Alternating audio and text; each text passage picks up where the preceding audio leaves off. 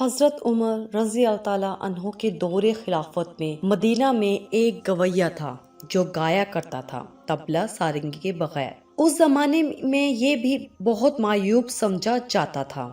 جب اس کی عمر 80 سال ہو گئی تو آواز نے ساتھ چھوڑ دیا۔ اب کوئی اس کا گانا نہیں سنتا تھا۔ گھر میں فاقے نے ڈیرے ڈال لیے۔ ایک ایک کر کے گھر کا سارا سامان بک گیا۔ آخر تنگ آ کر وہ شخص جنت البقیع میں گیا اور بے اختیار اللہ کو پکارا کہ یا اللہ، اب تو تجھے پکارنے کے سوا کوئی راستہ نہیں۔ مجھے بھوک ہے، میرے گھر والے پریشان ہیں۔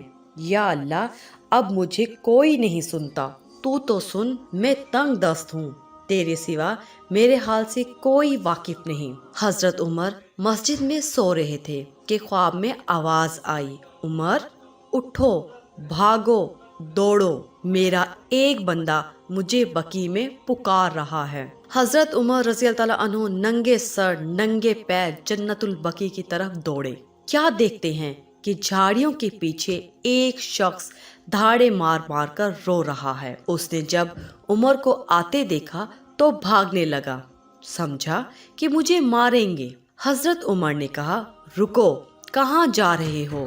میرے پاس آؤ، میں تمہاری مدد کے لیے آیا ہوں۔ وہ بولا، آپ کو کس نے بھیجا ہے؟ حضرت عمر نے کہا، جس سے لو لگائے بیٹھے ہو، مجھے اس نے تمہاری مدد کے لیے بھیجا ہے۔ یہ سننا تھا، وہ شخص گھٹنوں کے بل گرا اور اللہ کو پکارا، یا اللہ، ساری زندگی تیری نافرمانی کی، تجھے بھلائے رکھا، یاد بھی کیا تو صرف روٹی کے لیے، اور تو نے اس پر بھی لبیک کہا، اور میری مدد کے لیے اپنے اتنے عظیم بندے کو بھیجا۔ میں تیرا مجرم ہوں، یا اللہ مجھے معاف کر دے۔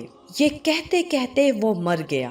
حضرت عمر رضی اللہ تعالیٰ عنہ نے اس کی نماز جنازہ پڑھائی اور اس کے گھر والوں کے لیے بیت المال سے وظیفہ مقرر فرمایا۔ سبحان اللہ، بے شک اللہ بڑا غفور اور رحیم ہے۔ ہمارے اس ویڈیو کو اپنے دوستوں کے ساتھ ضرور شیئر کیجیے گا، لائک کیجیے گا اور ہمارے اس چینل کو ضرور سبسکرائب کیجیے۔ شکریہ۔